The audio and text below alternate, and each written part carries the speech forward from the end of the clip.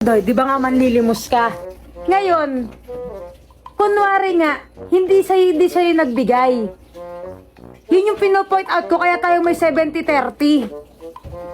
Nagigets mo ba yung punto ko? Pag hindi sa'yo nagbigay ng lilimos, i-snatch ko. Sabi mo, maglilimos ka, manghihingi ka ulit. Eh, na-snatch ko na nga. Eh, paano ka pa bang lilimos kung nakuha ko na? Sinasabi ko naman, nakakalimot ako.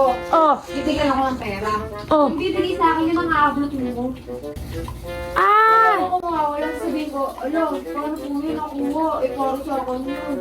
Hindi, ang pagkakaintindi ko kasi, buo talagang kukunin ko snatch. Kasi buong bag ang kukunin ko eh. Yun nga sa isip ko, ibibigay sa akin. O, di magkaiba tayo ng thinking nun, Doy. Kaya tayo hindi nagkakaintindihan kanina. Kaya tataka-taka ka kasi. May point ka sa sinasabi mo, Doy. May point rin sinasabi ko. Hindi lang tayo nagkaintindihan dalawa.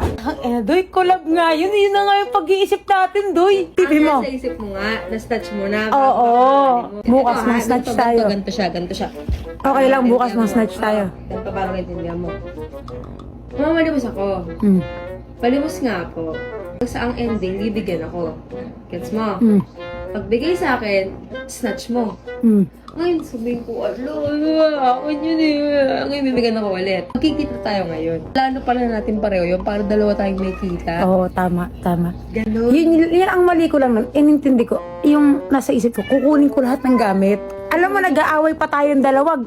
Illegal din naman yung ginagawa natin pareho. Isipin mo, nag-aaway tayo dahil namamalumus ka at snatcher ako.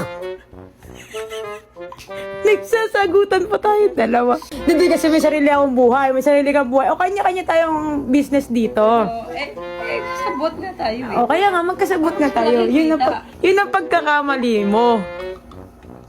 Pagkakamali mo rin. Hindi, pagkakamali mo yun. Hindi mo pinaintindi sa akin ng maigit. Kita mong bobo nga ako, snatcher.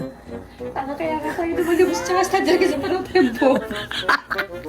Hindi ko pa kanina tayo businessman.